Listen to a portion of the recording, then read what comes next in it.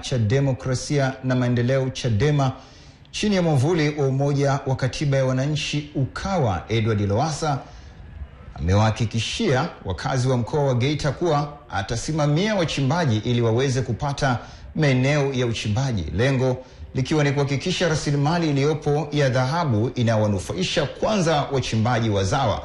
Mwandishi wetu Salima Mrisho anatutaarifu zaidi.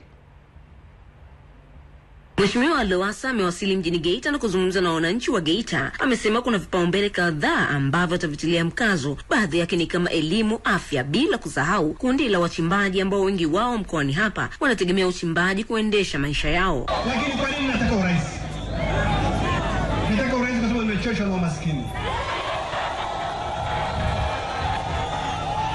Nimechoshwa kuimba habari ya umaskini miaka 50 baada ya uhuru.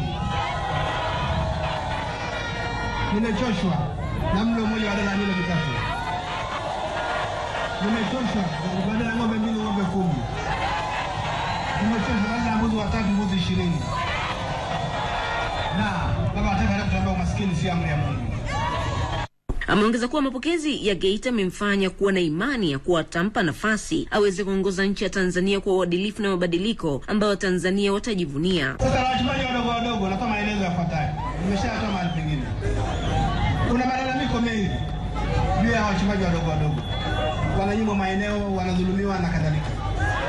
Nikiingia madarakani, nisikizeni vizuri, nitaunda tume ya kuchunguza jambo hili ili ihakikishe kwamba tunapata zaidi kuliko mgeni. Pale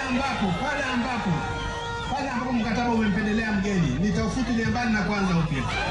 Naye mbunge wa jimbo la Geita mjini Rogers Luhega amemwambia mgombea urais Lowassa kuwa kero kubwa inaumiza wananchi wa Geita pia ni suala la maji.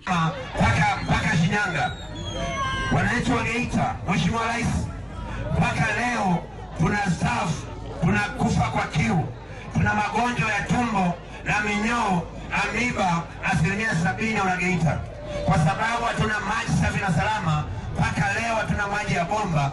Maji, Mheshimiwa Rais, yako kilomita 25 hapo Nungwe, Ziwa Victoria mpaka hapa Geita mjini.